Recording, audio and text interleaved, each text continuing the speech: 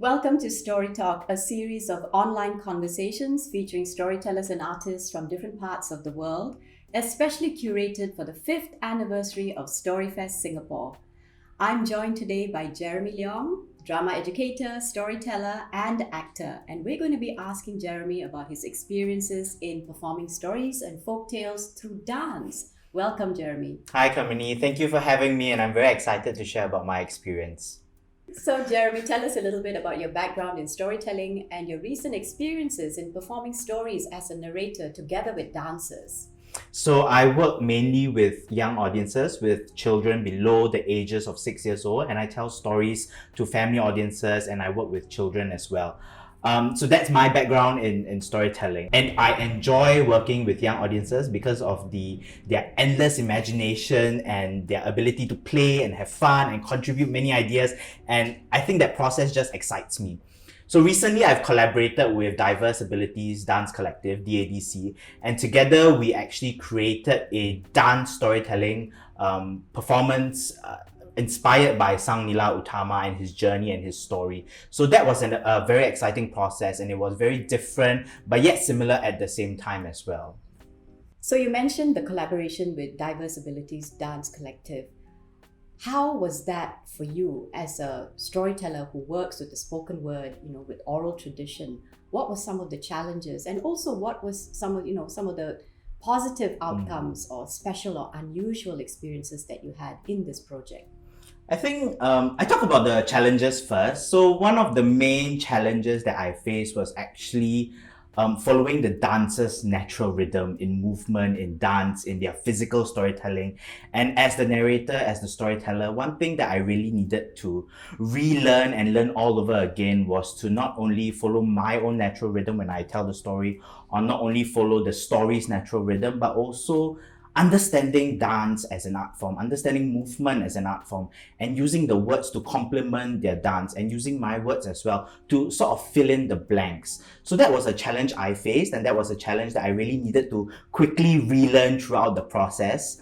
One thing that happened which was really special was just seeing how the two art forms really complement each other, and I think that's very powerful because storytelling is a very oral art form, whereas dance is a very physical art form, and seeing those two come together really is just magical, and it was just magical to witness how everything came together and gelled together very beautifully. Yeah. So the story of Sang Nila Utama is familiar to most of us, and to you especially as a young storyteller, you've told it many, many times. How did that story transform now that you were telling it with consciousness that you were with dancers?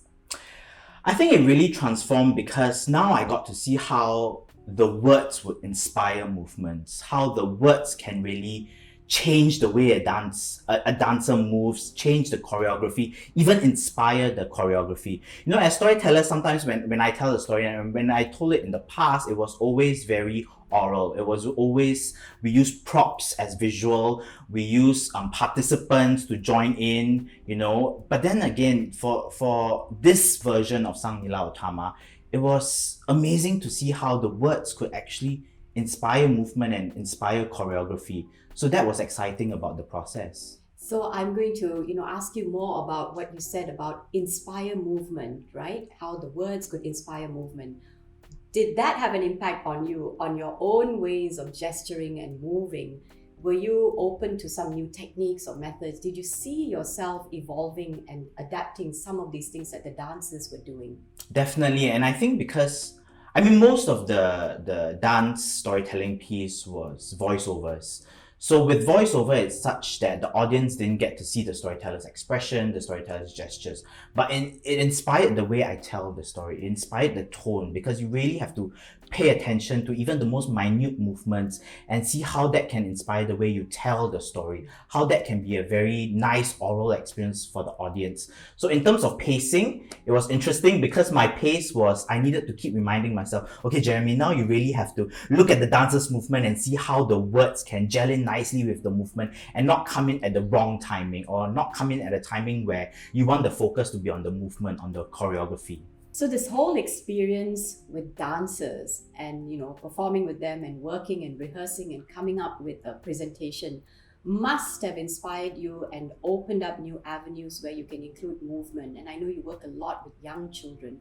So tell us about some work in progress or something that you're developing or something that you're preparing for in the future, and how movement has influenced this new way of thinking.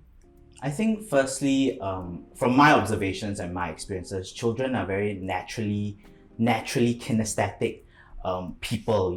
They enjoy moving. Moving is the number one thing they respond to, and the number one thing they go to when they have an idea, when they want to say something, when they want to share.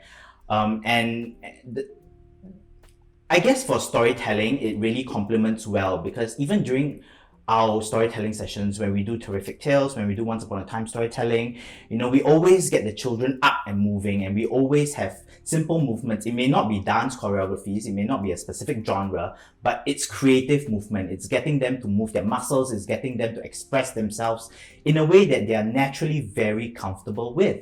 And I think this has inspired me to really look at storytelling not just as an oral art form, but a really physical art form. How can the words inspire movement? How can the words, be a stimulus to movement for children? How can children use movement as a means to learn new words? How can children use movement as a means to explore ideas further in a story? Yeah, so I think that was what's really exciting. In terms of new works, right now, I'm one of the co-founders of Zip Zap Zone Collective, and we are a Arts for Young Audiences collective. So we are currently developing a site-specific performance at the Art Ground under the Groundbreakers program. And with site-specific, I think it's a challenge, especially during these times, because ideally what we would want is children to come along with us on the journey, on the adventure. But unfortunately, right now, we cannot due to safe management measures. But then again, with restrictions, it really pushes us to explore more creative ways on how we can include the audience. So something that I might explore with the collective is how can children's movement be a stimulus or a response to the performance itself? So I think that's something worth exploring. Yeah. So Jeremy, if there's one takeaway from using dance and movement with storytelling, what would that be for you? It complements well together. I mean, it works well.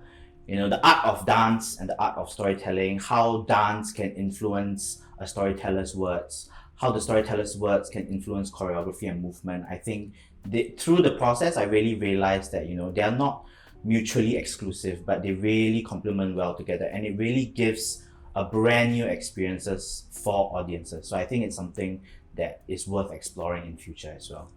And I know you have a lot of physical stories in your repertoire, right?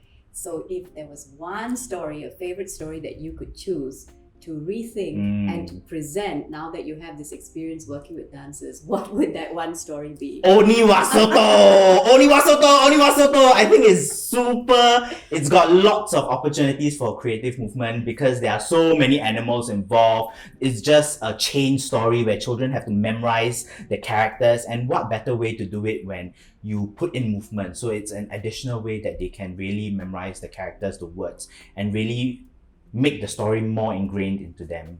So I've been talking to Jeremy Leong, storyteller, drama educator, and actor, and we've been having a chat about how he performs stories through dance. If you'd like to find out more about other practitioners and different topics on storytelling, we have lots more videos on our StoryFest Singapore YouTube channel under the topic of Story Talk. Thank you, Jeremy. Thank you.